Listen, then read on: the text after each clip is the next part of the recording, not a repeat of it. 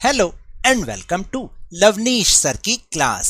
आज की ये शिक्षा निदेशालय राष्ट्रीय राजधानी क्षेत्र दिल्ली की वर्कशीट नंबर 25 जो कि कक्षा छठी के विद्यार्थियों के लिए है। यह ली गई है हिंदी विषय से और इसमें आज हम फिर से एक बार पाठ नादान दोस्त को जारी रखेंगे। तो चलिए बिना समय गवाए शुरुआत करते हैं मेरे साथ और समझने की कोशिश करते हैं। प्यारे बच्चों, पिछले कार्यपत्रक में हमने लेखक प्रेमचंद द्वारा लिखी कहानी नादान दोस्त के बारे में पढ़ा और समझा और जाना कि केशव और श्यामा दोनों के मन में चिड़िया के बच्चों के लिए क्या क्या प्रश्न उठ रहे थे, वे उनके लिए क्या क्या योजना बनाते हैं।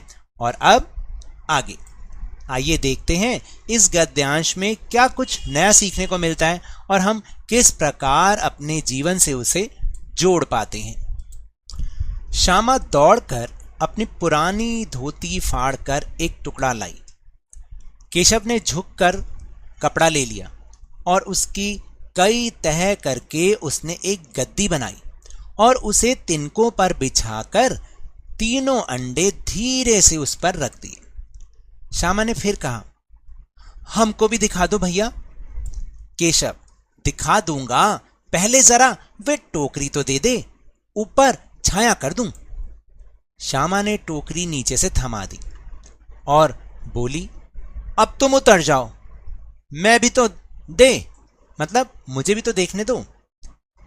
केशव ने टोकरी को एक टहनी से टिकाकर कहा, जा दाना और पानी की प्याली ले आ, मैं उतर आऊं तो तुझे दिखा दूंगा। श्यामा प्याली और चावल भी लाई। केशव ने टोकरी के नीचे दोनों चीजें रख दी और आहिस्ता से उतर आया। श्यामा ने गिड़गिड़ा कर कहा, अब हमको भी चढ़ा दो भैया। केशव, तू गिर पड़ेगी। श्यामा, ना गिरूंगी भैया, तुम नीचे से पकड़े रहना। केशव, ना भैया, कहीं तू गिरगिरा पड़ी ना तो अम्मा जी तो मेरी चटनी ही कर डालेंगी, कहेंगी तूने ही चढ़ाया था, क्या करेगी देखकर। अब अंडे बड़े आराम से हैं, जब बच्चे निकलेंगे तो उनको पालेंगे। तो देखा आपने कि किस तरह से श्यामा और केशव के बीच में संवाद चल रहा है। श्यामा बेचारी बहुत अधीर हो रही है अंडों को देखने के लिए, एक बार वो उनकी झलक देख ले, लेकिन केशव है वो सोचता है कि वो अभी छोटी है, नादान है और वो देखेगी ऊपर चढ़ेगी, अगर चढ़ेगी तो कहीं गिर गई और गिर गई तो बहुत तेज रोएगी और अम्मा जी उसे ही डांटेंगी, तो इसलिए उसको वो बहला फुसला के दूसरी बातों में लगा देता है। तो चलिए अब हम चलते हैं अपने आसान से प्रश्न उत्तर पर। तो चलिए अपनी समझ को परखते हैं। अब हमें सही विकल्प को चुनना है। प्रश्न एक है कि केशव ने टोकरी को किससे टिकाया था, दीवार से, लकड़ी से, डंडे से या फिर टहनी से। तो सही उत्तर ये वाला नहीं है, सही उत्तर है टहनी से। ठीक है, केशव ने टोकरी को किससे टिकाया, टहनी से टिकाया था, आपको याद है ना। फिर इसके बाद है प्रश्न नंबर 2, आहिस्ता शब्द का क्या अर्थ है, तेज, धीरे, चालाक या फिर देखना। आहिस्ता, तो सही उत्तर है धीरे। फिर इसके बाद है प्रश्न नंबर 3, श्यामा ने गिड़गिड़ाकर कहा। वाक्य में गिड़गिड़ाकर शब्द क्या है, सर्वनाम, क्रिया, क्रिया विशेषण या फिर संज्ञा। तो ये एक क्रिया विशेषण है। देखिए अगर हम कहते हैं ना कि रोकर उसने ऐसे कहा, ठीक है, तो रोना क्या है, एक क्रिया है, लेकिन उसने बोला गिड़गिड़ाकर, यानी यहाँ पर उसने कैसे उसको कहा, गिड़गिड़ाकर मतलब एक विशेषता भी इसमें बता रहा है, तो ये हुआ क्रिया विशेषण। फिर इसके बाद है प्रश्न नंबर 4, केशव और श्यामा ने अंडों को धूप से बचाने की क्या तैयारी की। देखिए सर्वप्रथम उन्होंने उनके आराम का ध्यान रखा, इसके लिए कपड़े का चिथड़ा बिछाया, ठीक है, जिससे उन्हें आरामदायक घोंसला दिया जा सके। उन्होंने अंडों के सिर पर एक टोकरी लगा दी जो धूप से उसे बचा सके।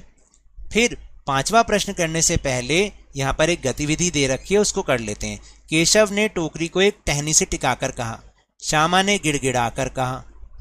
रेखांकित शब्दों को ध्यानपूर्वक देखो और रीतिवाचक क्रिया विशेषण का ये काम कर रहे हैं। इस प्रकार निम्न क्रिया विशेषण शब्द से वाक्य बनाकर लिखिए। जैसे लिखा है झुंझलाकर, अब इसका वाक्य बनाना है। तो मोहन ने गुस्से में खाना झुंझलाकर फेंक दिया।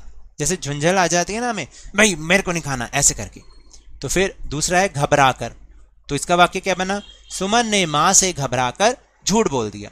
और फिर तीसरा है बनाकर, राधा ने सबको पकौड़े बनाकर खिलाए। तो अगर आपको इसकी जगह कोई दूसरा वाक्य भी प्रयोग करना आता है, आप दूसरा वाक्य लिख सकते हैं, तो आप वो भी लिख सकते हैं। ठीक है, चलिए अब हम चल रहे हैं प्रश्न नंबर 5 पर। फिर है प्रश्न नंबर 5, कल्पना कीजिए केशव और श्यामा ने चिड़िया के अंडों की रक्षा की या फिर नादानी। देखिए केशव और श्यामा ने तो अपनी ओर से क्या किया, उन अंडों की रक्षा ही करनी चाहिए थी, पर यह उनकी नादानी थी, क्योंकि चिड़िया अपने अंडों की रक्षा स्वयं कर सकती थी। बच्चों ने अंडों की रक्षा करने के प्रयास में उन्हें छूकर गंदा कर दिया। तो टेलीग्राम ऐप पर भी हमने अपना चैनल लवनीश सर की क्लास बनाया है, जिसका लिंक आपको इस वीडियो के डिस्क्रिप्शन बॉक्स में मिल जाएगा। वहां से आप हमारे चैनल के साथ जुड़िए और आपको सारी वीडियोस के लिंक एक साथ मिल जाएंगे, आपको कहीं ढूंढने की जरूरत नहीं पड़ेगी। तो ये तो थी आज की वर्कशीट। अगर मेरे इस तरह समझाने से अब आपको समझ में आने लगा है तो इस चैनल और वीडियो को लाइक कीजिए। अरे भाई लाइक का बटन दबा दीजिए, शेयर कीजिए, और अगर आप नए हैं ना तो सब्सक्राइब भी कर लीजिए, ताकि सारी नोटिफिकेशन आपको टाइमली मिले। लेकिन याद रखिएगा, घर से बाहर निकलते समय मास्क अवश्य लगाएं, 2 गज अथवा 6 फीट की शारीरिक दूरी का पालन करें, और जब भी आपकी बारी आए कोरोना का टीकाकरण जरूर करवाएं, क्योंकि कोरोना को हराना है और जिंदगी को एक बार फिर से सुहाना बनाना है। इसी उम्मीद के साथ बहुत बहुत धन्यवाद।